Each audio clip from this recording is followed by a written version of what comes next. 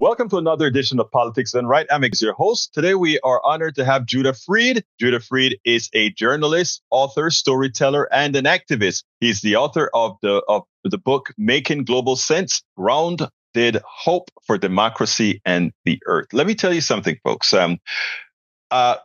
Today, what we want to talk about is not Judah's book. We will talk about that. That's an important piece of his life and what he's speaking about. But today we need to speak about something that is existential. Today we need to speak about something that affects us all. Today we need to speak about an aberration that needs to be fixed. Welcome to Politics Done Right. Judah, how are you doing today? I'm doing grateful. I'm glad to be here. Well, look, Judah, one of the reasons I wanted to speak to you is, I send out my newsletter 1 to 3 times every day. And you responded to one of my newsletter relative to Medicare and Medicare Advantage. And as soon as I saw your story, I said, I really hope this guy will tell his story to the rest of America, because stories are the way we get to make change or changes, because people don't get it when they hear it in the abstract. But when they look at you and they say, you could be me, then we start to get change. So first of all, tell me a little bit about yourself. So I'm a Denver native. I grew up in Colorado, and back in the days of the Marlboro Man and all that Western individualism stuff. And entered journalism in 1976. Spent a decade covering Colorado, then 2 decades covering the media industry for the top trade magazines in the USA and Europe. And then when the market fell out of that in the 2009 crash, I fell in love with a beautiful, wonderful New Yorker who lived on Kauai. And she said, I love you, and why would I leave paradise? So I got rid of most of my stuff and moved to Kauai, and lived in Hawaii for a decade. And then went back to Denver in 2010 when the marriage ended, and we're still best friends. The part that matters is that at the end of 2015, early 2016, I was diagnosed with stage 4 cancer. And this was what they call clear cell renal cancer, which basically by the time they caught it, the cancer had consumed my left kidney. And when they took it out in February, it swollen to about the size of a football. Wow. Yeah, or a cantaloupe, I guess. Cantaloupe, small football. Right. But anyway, it was huge. And so I was given at that point about 3 months to live, and the surgery, helped, gave me a new lease on life, but it didn't get rid of the cancer. And so at that point, there was also like a thumb of the cancer started growing up the central vein to my heart, and that started regrowing as what they call a tumor thrombus, or a blood clot filled with cancer cells. And that started climbing by the autumn. That started climbing up into my heart. So I did a second surgery, and the first one was at Queens Hospital in Honolulu. The second one was at USC Keck in Los Angeles. And the doctor... Let me stop you for a second here. At this time, how old were you? Oh, I was 65. And the part that's relevant here is that I had been one of these guys who had been so healthy that I went to a doctor once a year, whether I needed to or not. It was like washing your hair on Saturday night.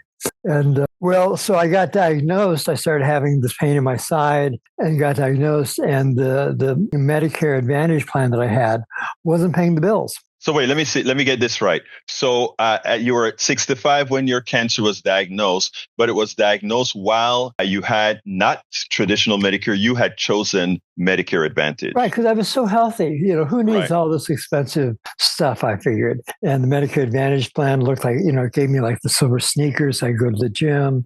Right. Gave me all these wonderful side benefits. But when I started having pain in my side and started going through testing, it wasn't covering the tests. And I would call them and they would make up stories. And, so by the time I finally got diagnosed, there was already about, close to $3,000. Well, more than that, close to about $5,000 in medical bills that hadn't yet been paid by the Medicare Advantage plan. And So when I was diagnosed, I had 3 days because when you sign up for Medicare, when you turn 65, there's a timeline before you can sign up for full Medicare. So I had 3 days to get accepted by Medicare and transfer all of those bills to plain Medicare. And then I also got a Medicare supplement plan because Medicare only pays 80%. Right. So I need a supplement plan to pick up the other 20%. So let me see if I understand this right, because this is important. When you were about to switch, when you realized that your Medicare Advantage was pretty much a fraud, and you were going back, well, at least ineffective, yeah. To be polite, it was not doing its job. I understand that. I know you're a straight line journalist. I am not. I speak things the way they are. I think, believe it or not, I think that is one of the problems in our why things we get away with, because we're polite with these criminals.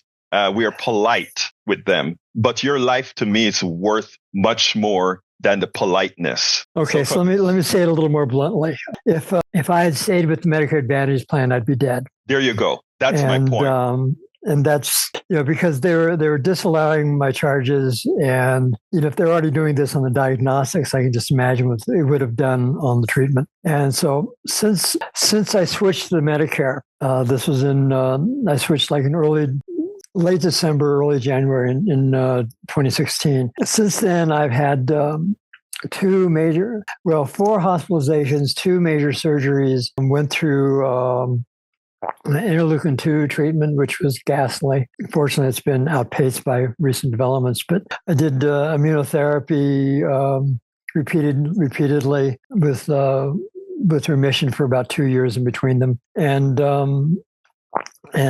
finally, the immunotherapy stopped working because I guess my body just got so used to it. It wasn't the cancer was starting to hide again. So it started regrowing in 2022. And so they discovered this past year, this summer, that the immunotherapy wasn't working. So now I'm on a cancer pill, a targeted therapy that's designed to basically kill off the blood vessels feeding the cancer. The cancer, right.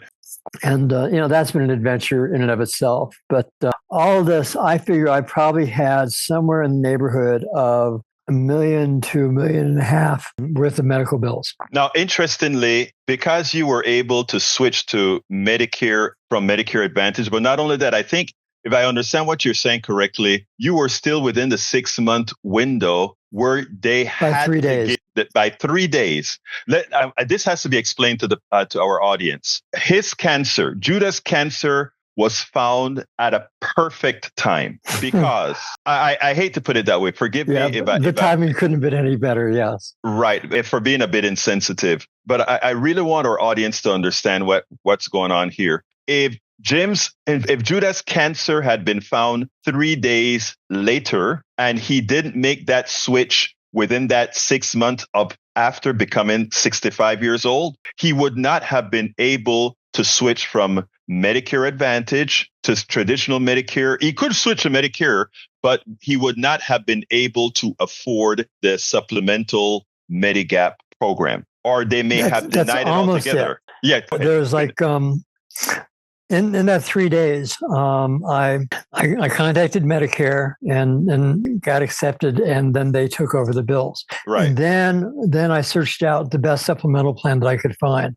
Fortunately, my wife was on the AARP plan F, and that covers everything that Medicare doesn't. If Medicare will cover the 90, they'll cover the other 20, no matter what. And so as a consequence of that, I was able to get the bills that have been accumulated that were unpaid. Those were picked up by Medicare and the supplemental plan. And then the bills I accrued going forward were picked up by Medicare and supplemental plan. But, what was so scary is that although I could have, if I hadn't been in that 3-day window, I had to wait a full year before I could apply for Medicare because there's an annual window. Right. And I would have been dead by then. But the other thing that I think, and I don't know if you know this, Judah, or not, but I think it's important for folks to understand. After that 6-month period, that grace period that you have to go into Medicare, by law, your supplemental with a pre-existing condition cannot be used against you. They can't use actuarial tables against you. Well, But this was before the Obamacare was passed. right. And so Right. I actually didn't have 6-month window. I had a 3-month window. Oh, wow. Because I turned 65 in November. In fact, my birthday is coming up next week. And so then this was 3 months after I enrolled that I had to get in. Wow. So I didn't even have a 6-month window. I had a 3-month window. That law has changed. Now it's longer, but now it's longer, but still, as I understand it, that is still problematic in that, again, if you're not in that window at 65, guys, at 65, if you're out of that window and after you find out that you have an illness and you try to go back to traditional Medicare, your 80% will be covered and you'll be able to get that. But God help you finding a supplemental that will take care of your bills. You probably couldn't afford it. Go ahead. Well, interestingly enough, the AARP plan did accept me, even knowing that I'd been diagnosed. You were still in the window. I was still in the window, so I could make the change. That's the law. So under the law, they had to accept me. Under the law, they had to accept you. Yes, and this is before the Affordable Care Act, so right. Which eliminated the insurance self-serving protections on no pre-existing conditions. The pre-existing condition doesn't apply, however, to Medicare after the 6 months because you had your opportunity to choose Medicare or Medicare Advantage. Exactly. Those are all the things that they do to go around it. But look, so in effect, by the way, how are you doing right now? Well, the cancer's back, but I got a little something that's about. I got, and it's migrated into my lungs. So I got one tumor that's about a half an inch. I got another tumor that's about a quarter of an inch. But these had grown up until I started the new medication about an inch each. Plus, I had a mass growing in the hilar lymph nodes in between my lungs, and so. Now, the interesting thing is that, so this is another thing that I need to give as advice for people. When you seek out a doctor, make sure you have a doctor that is really staying on top of the literature. Most doctors today now are employed rather than being independent.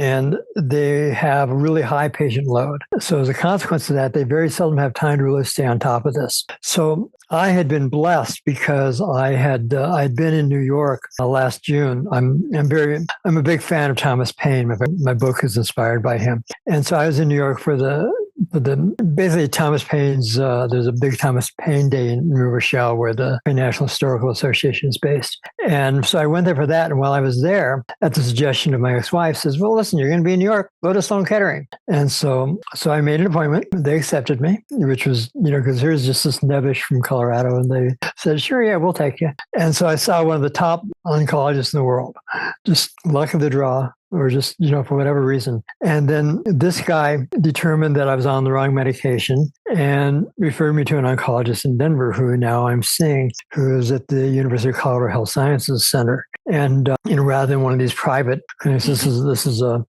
state funded, it's not Medicare for all, but it's, state funded. And I'm really grateful. This woman is just incredible. She's so on top of the medication. So when I had a health crisis in September, because there was an overlap between the immunotherapy fading out and the new drug kicking in, my body got overwhelmed. Yeah. And so this one was able to figure out what's happened. And then, so now I took 3 weeks off while my body recovered. I dropped down to close to 100 pounds. Wow. I was a skinny mini me. Yeah.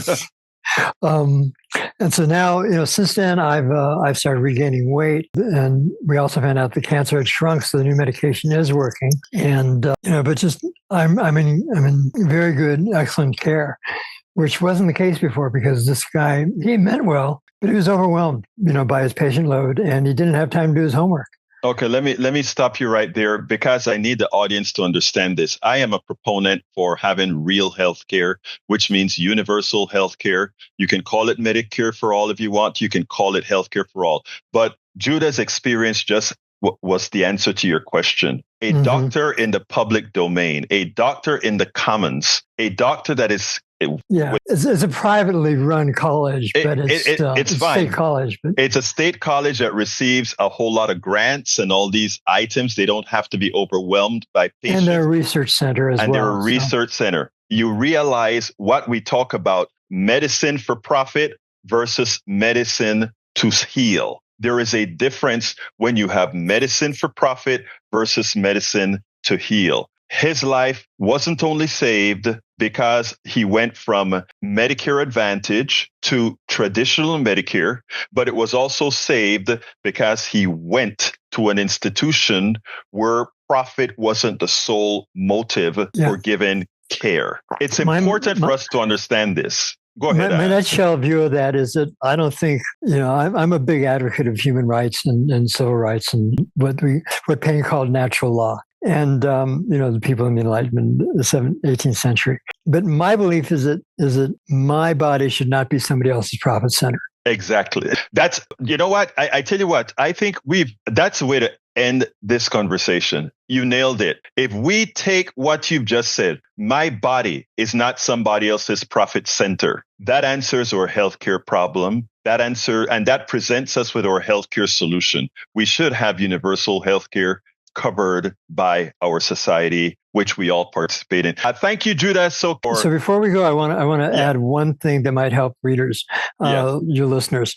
You had a guest on your show some time ago, Jerry Ashton, who was the author of a book or one of the three authors of a book called End Medical Debt, which I edited and published. And if people get that book, they can understand. There's detailed in there because it was written by a healthcare administrator and two medical debt collectors who, by the way, started a charity now called Undo Medical Debt, which has forgiven somewhere upwards of $13 billion in medical debt. But this book goes through why the medical situation, how we evolved into a for-profit healthcare industry.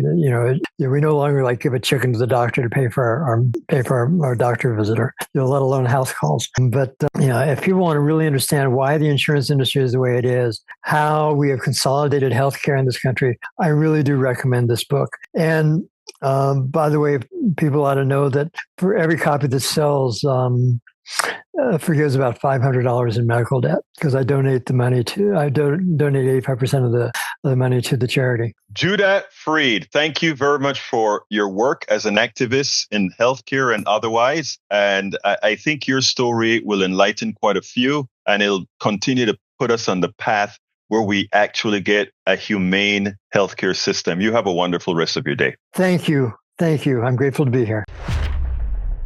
We spend a lot of time deconstructing the news, trying to parse it into a form that everybody can understand. We try to find those little nitpicks where it flies above the fray, etc.